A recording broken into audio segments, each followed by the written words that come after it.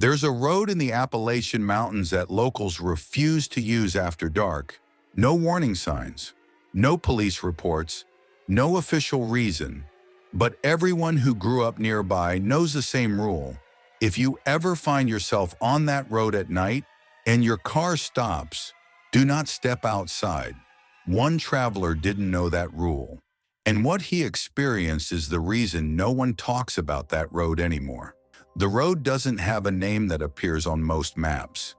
Locals simply call it the Old Stretch. It cuts through a quiet section of the Appalachian Mountains, where trees lean close to the asphalt and cell signal fades faster than expected. During the day it looks ordinary, narrow, worn, almost forgotten. But at night people avoid it.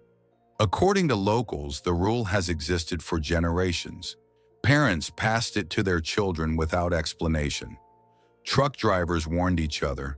Even law enforcement avoided patrols there after sunset, unless absolutely necessary. No one ever officially confirmed why. According to one account, the traveler was passing through late at night, following an old GPS route to avoid highway construction. His navigation system redirected him onto the road shortly after midnight. At first, nothing felt unusual.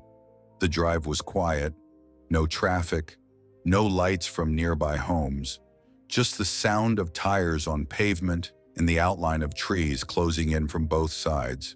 After several minutes, he noticed something strange.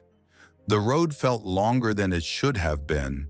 He later claimed that the same curve seemed to repeat itself. Not exactly the same, but familiar enough to feel wrong. The trees grew thicker, the darkness deeper, and the air felt still. Then the engine stalled. Not violently, not suddenly. It simply shut off.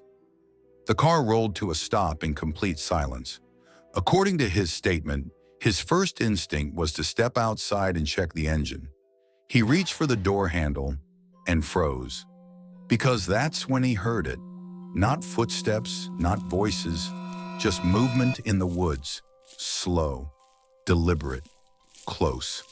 He stayed inside the car. Minutes passed. The sound continued, circling, but never approaching the road directly. His phone showed no signal. The radio produced only static. Then something else happened. The sound stopped, and in the quiet, he noticed something standing just beyond the tree line. He couldn't describe it clearly later, only that it was tall, still, and positioned where the road disappeared into darkness. He said the most unsettling part wasn't how it looked, but how certain he felt that it was aware of him. The car eventually restarted on its own. No warning lights, no mechanical explanation. He drove away without looking back. When he reached the nearest town just before dawn, he mentioned the road to a local shop owner. The man went silent. After a pause, he said only this: "That's why we don't stop there at night." The traveler left town that morning. He never returned to that road. And according to local records, no official investigation into the area has ever been opened, despite multiple reports over the years describing similar experiences. Some believe it's simply isolation and imagination. Others point to the mountains themselves, places where sound carries strangely and distances deceive the mind. But locals still follow the rule. And if you ask them why, they won't explain. They'll just tell you the same thing they've always said. If your car stops on that road after dark, stay inside.